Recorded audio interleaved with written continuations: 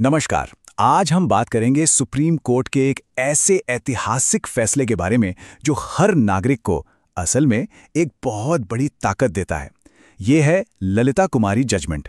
एक ऐसा फैसला जो ये पक्का करता है कि आपकी आवाज़ सुनी जाए, खासकर तब जब आपको पुलिस की सबसे ज़्यादा ज़रूरत होती है। तो चलिए समझते हैं इसे। ये सवाल शायद कई लोगों के मन में आया होगा, या हो सकता है किसी को इसका सामना भी करना पड़ा हो। आप एक गंभीर अपराध की रिपोर्ट करने पुलिस स्टेशन जाते हैं और आपको टाल दिया जाता है। तो क्या पुलिस के पास ऐसा करने का अधिकार है? यही वो सवाल था जो घूम फिरकर भारत की सबसे बड़ी अदालत तक पहुंचा। देखिए, हर बड़े कानूनी सवाल के पीछे ना अक्सर एक इंसान की कहानी होती है। ये कहानी भी एक पिता के अपनी बेटी के लिए न्याय की लड़ाई से ही शुरू हुई थी। एक ऐसी लड़ाई जिसने पूरे देश के लिए कानून को ही बदल दिया। जरा सोचिए उस पिता की हालत के बारे में। उनकी नाबालिग बेटी का अपहरण हो जाता है। वो भागे भागे पुलिस स्टेशन जाते हैं एफआईआर लिखवाने। लेकिन पुलिस क्या कहती है कि पहले हम प्रारंभिक जांच करेंगे। मतलब न्याय का जो पहला दरवाजा है वो ही उनके लिए बंद कर दिया गया। यही टालम टोल और इनकार उन्हें न्याय के लिए सुप्रीम कोर्ट तक ले गया। तो अब मामला सुप्रीम कोर्ट में था और कोर्ट के सामने एक बहुत ही बुनियादी लेकिन बेहद जरूरी सवाल था। सवाल था सीआरपीसी यानी क्रिमिनल प्रोसीजर कोड की धारा 154 को लेकर। सवाल ये कि क्या किसी गंभीर अपराध की जानकारी मिलने पर पुलिस का पहला काम एफआईआर लिखना है, या वे पहले अपनी मर्जी से जांच कर सकते हैं। ये नागरिकों के अधिकार और पुलिस के कर्तव्यों के बीच की एक सीधी टक्कर थी।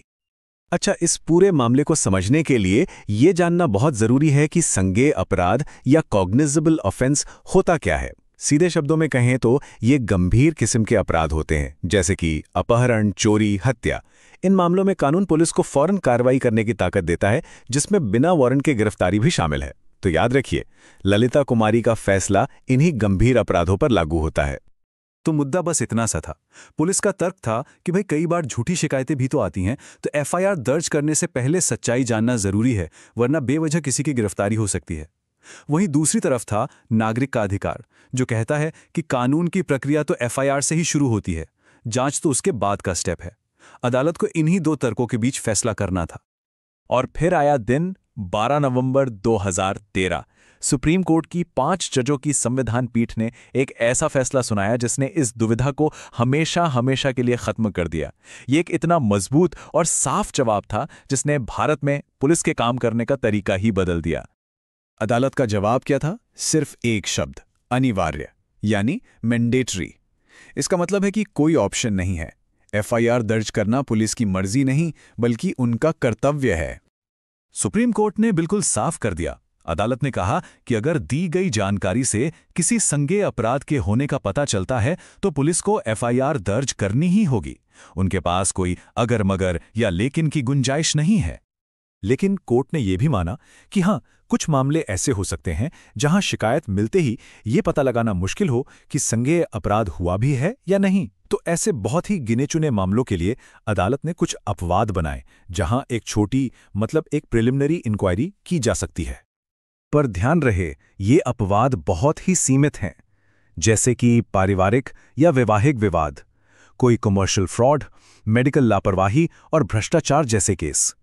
अदालत ने ये लिस्ट इसलिए बनाई ताकि नियम का गलत इस्तेमाल ना हो, ना कि उसे कमजोर करने के लिए।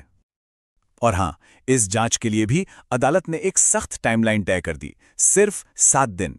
अगर इन 7 दिनों के अंदर पुलिस को लगता है कि मामला बनता है तो एफआईआर करनी होगी, और अगर नहीं लगता तो शिकायत करने वाले को लिखित में वजह बतानी होगी कि एफआईआर क्यों नहीं की जा रही। तो सवाल उठता है कि अगर कोई पुलिस अधिकारी इन नियमों को नहीं मानता तो क्या होगा?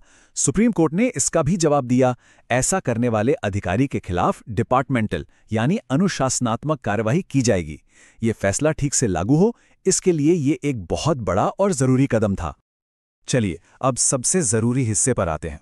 मान लीजिए इस ऐतिहासिक फैसले के बावजूद कोई पुलिस स्टेशन एफआईआर लिखने से मना कर दे, तो एक आम इंसान के पास क्या अधिकार हैं? अच्छी बात यह है कि ललिता कुमारी जजमेंट ने इसका रास्ता भी दिखाया है। देखिए, 2 एकदम साफ रास्ते हैं। पहला, आप जिले के पुलिस हेड यानी एसपी, सुपरिटेंडेंट ऑफ पुलिस को डाक के जरिए अपनी शिकायत भेज सकते हैं। अगर वहां भी बात नहीं बनती तो दूसरा रास्ता सीधा अदालत का है। आप मजिस्ट्रेट के पास शिकायत दर्ज करा सकते हैं और मजिस्ट्रेट के पास ये पावर है कि वो पुलिस को एफआईआर दर्ज करने का आदेश दे। तो एक पिता के संघर्ष से शुरू हुआ यह मामला हम सबके लिए, एक आम नागरिक के लिए इतना जरूरी क्यों है? क्योंकि यह फैसला न्याय की बुनियाद को मजबूत करता है। यह फैसला पक्का करता है कि न्याय की प्रक्रिया शुरू करने के लिए किसी को भटकना ना पड़े। यह पुलिस को ज्यादा जवाबदेह बनाता है और पूरे क्रिमिनल जस्टिस सिस्टम में पारदर्शिता यानी ट्रांसपेरेंसी लाता है। अब कानून का पहिया किसी अधिकारी की मर्जी से नहीं बल्कि कानून के हिसाब से घूमता है। आखिर में इस पूरी बातचीत का निचोड़ बस इस एक लाइन में है। एफआईआर दर्ज करना पुलिस का कानूनी कर्तव्य है, उनकी पसंद या नापसंद का मामला नहीं। ये वो शक्तिशाली संदेश है जो ललिता कुमारी फैसले ने हर पुलिस स्टेशन और हर नागरिक तक पहुंचाया है। तो क्या ये कहना गलत होगा कि ये फैसला न्याय पाने के लंबे सफर में सबसे पहले और शायद सबसे जरूरी कदम की हिफाजत करता है? ये एक ऐसा सवाल है जिसका जवाब हमें इस ऐतिहासिक फैसले की अहमियत हमेशा याद दिलाता रहेगा।